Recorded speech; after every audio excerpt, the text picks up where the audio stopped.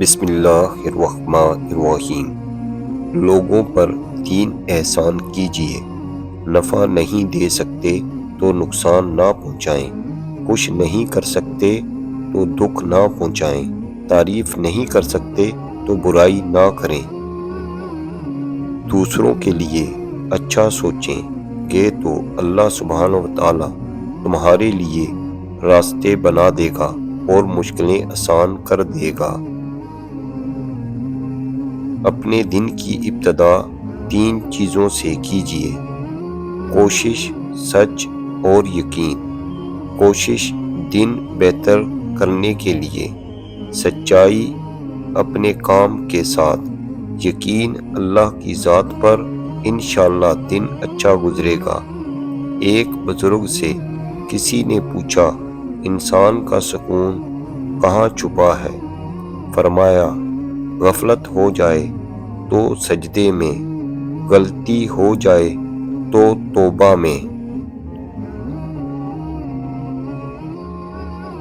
جو غلطی کر نہیں سکتا وہ فرشتہ، جو غلطی کر کے اس پر ڈٹ جائے وہ شیطان ہے، اور جو غلطی کے بعد توبہ کر لے وہ انسان ہے۔